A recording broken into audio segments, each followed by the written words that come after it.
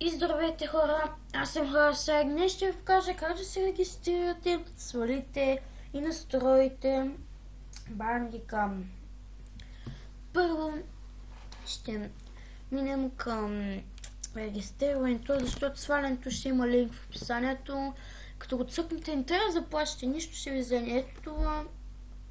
Сваляте си Bandicam. Инсталирате го от тук, може да го изкарате на десктопа. Като го инсталирате, взимате Keymarket и го слагате на десктопа. Важно е, не го цъкайте няколко пъти, например така, сега не го правя, направи го. И там пишете, тук трябва да ви вземе да напишете имейл. Но ако го напишете така, се цъкнали два пъти, няма да стане. Трябва да я изпълни като администратор. И тогава, ето вижте, ще ви стане. Пишете, например, имейл.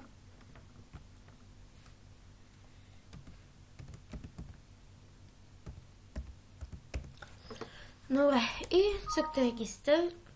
И тук ще ви спише Bandicam Register Successful.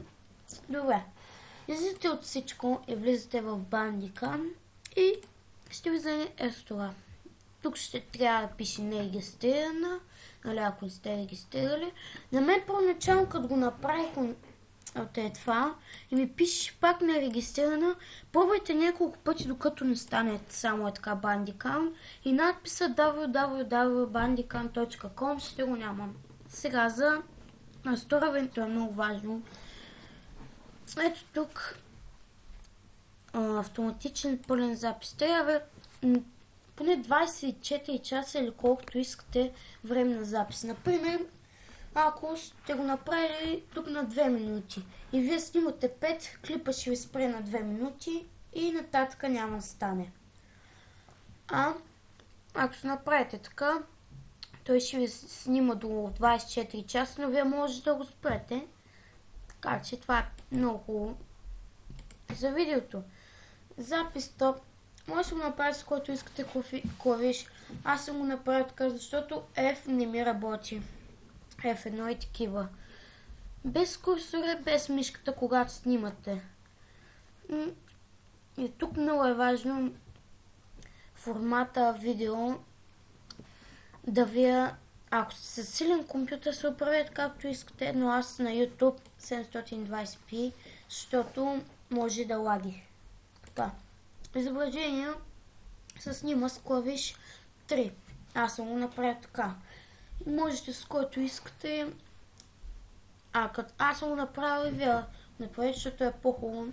Аз не знам за вас дали ще, но без курсор е, пример да снимате и мишката ви се види. Това ще е много гадно.